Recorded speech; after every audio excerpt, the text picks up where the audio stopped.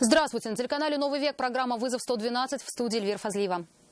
И сегодня мы расскажем о крупной аварии на улице Тетцевская. Погибла молодая девушка, 3 человек, в том числе ребенок, пострадали. Проверил машину на прочность. Водитель пострадал, увезли. Водитель иномарки на большой скорости лоб в лоб столкнулся с грейдером. А также позвал посмотреть на щенят и надругался. В отношении него была проведена экспертиза судебно-психиатрическая, где врач поставил диагноз, что он страдает педофилией. Приговор за насилие над 8-летней девочкой. Это и не только. Прямо сейчас. 1 человек погиб, еще 3 в больнице. Таковы последствия столкновения 2 автомобилей на улице Тетцевская сегодня вечером. Дорогу не поделили Рено Логан и Лада Гранта. Пострадавших зажало в салоне иномарки. Людей спасатели извлекали с помощью гидравлического инструмента. Айрат Назипов с места трагедии расскажет подробности. На улице Тетцевской столкнулись Лада Гранта и Рено Логан. Предполагаемый виновник аварии – водитель иномарки. По рассказам очевидцев, мужчина выехал на полосу встречного движения для обгона, после чего его машину откинула на отечественную легковушку.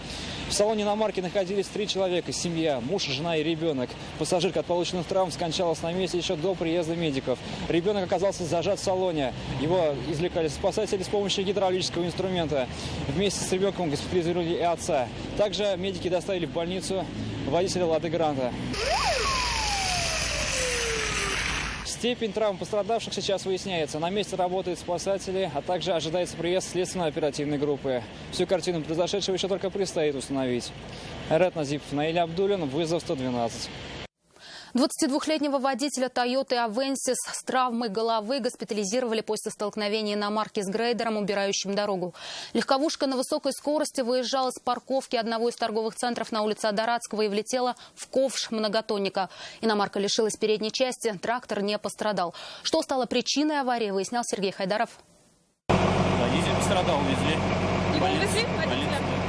По словам 25-летнего водителя трактора, все случилось мгновенно. Еще не успев осознать, что произошло, он вышел из кабины и стал помогать водителю легковушки выбраться из искореженного салона. Затем передал его в руки медиков. Признается, предотвратить аварию не мог. Иномарка выезжала с парковки супермаркета на высокой скорости и влетела в ковш медленно двигающегося снегоуборщика. Видел, как едет на меня, просто я не успел ничего среагировать. В больнице врачи зафиксировали у 22-летнего водителя иномарки закрытый перелом носа, трещину лобных костей и алкогольное опьянение. Сергей Хайдаров, Нафиса Минязова, Наиль Абдулин. Вызов 112.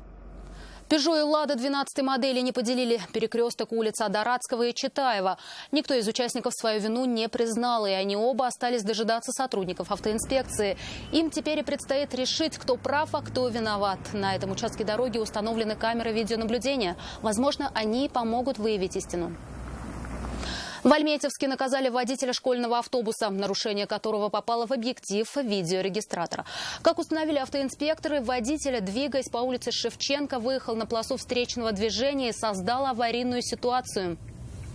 В отношении водителя 1961 года рождения был составлен административный материал по части 4 статьи 12.15 КоАП РФ, санкции которой предусматривают наложение административного штрафа в размере 5000 рублей или лишение права управления транспортными средствами на срок от 4 до 6 месяцев.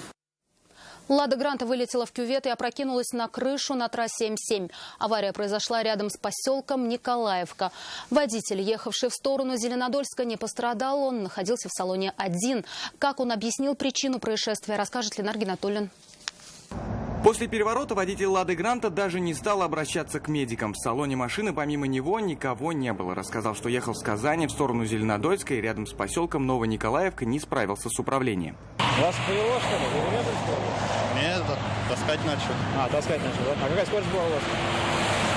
90. Столкновения с другими машинами не было. Большую роль в аварии, по мнению водителя, сыграла заснеженная дорога. Вверх помята и крыша, так все нормально. Восстанавливать будете, да? Ну как примерно оцените ремонт сейчас?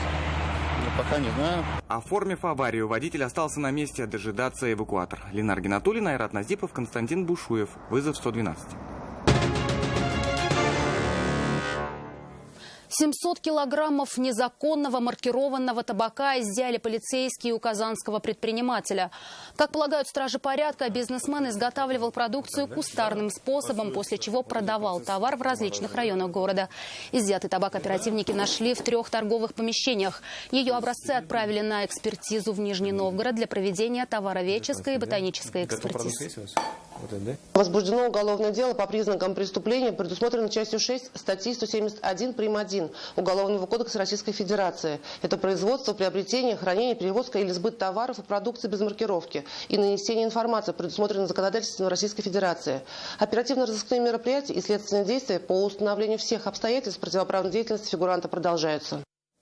Сразу 2 факта перевозки наркотиков выявили полицейские в Набережных Челнах.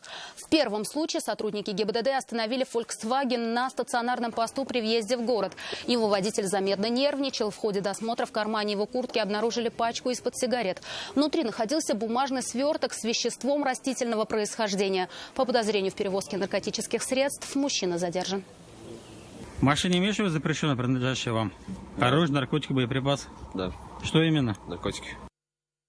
А на 1039-м километре автодороги трассы М7 Москва-Уфа инспекторы остановили «Ладу».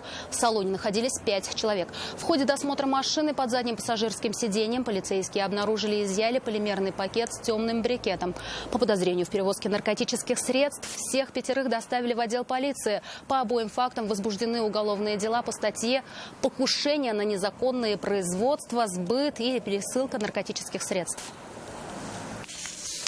Верховный суд Татарстана поставил точку в деле 38-летнего Ивана Никифорова. Мужчину обвиняли в сексуальном насилии над 8-летней девочкой. По версии следствия, 17 сентября он на улице Липатова подошел к школьницам и предложил посмотреть на щенят. Затем отвел одну из девочек в лесопосадку, где и совершил преступление. Какое наказание вынес суд и какого решения ожидала сторона защиты, расскажет Айрат Назипов. На последнем слове 38-летний Иван Никифоров говорил немного. Он уже не прячет свое лицо, как в день задержания, но позицию свою не поменял, настаивает на своей полной невиновности. Но следствие доказало суду, что 17 сентября именно он, пьяный, подошел к школьницам на улице Липатова и предложил посмотреть на щенят. Девочки не послушались Никифорова и ушли. В результате он догнал 8-летнюю потерпевшую, зажал ей рот и насильно увел в лесопосадку, где, угрожая убийством, совершил в отношении нее насильственные действия сексуального характера. После этого он отвел ребенка домой, а сам продолжил распивать спиртные напитки. Обо всем девочка рассказала родителям, а уже они обратились в полицию. В тот же день подозреваемого задержали. Он был безработным и жил со своей сожительницей недалеко от места преступления. В отношении мужчины возбудили уголовное дело по статье «Насильственное действие сексуального характера». Следствие длилось 3 месяца. Слушания проходили за закрытыми дверями. Но известно, что на прениях гособвинения и защита имели крайне противоположные взгляды на наказание для подсудимого. Сторона обвинения настаивала также на лишении свободы сроком на 19 лет 6 месяцев с отбыванием наказания в исправительной колонии особого режима. Защита поддерживая позицию, соответственно, своего подзащитного, нашего подсудимого Никифорова, просили оправдать, поскольку вину в предъявленном ему обвинении он не признал. Иван Никифоров уже был судим за аналогичные преступления в 2005 году. Он вышел на свободу спустя 10 лет после приговора. На вердикт суда повлиял и этот факт.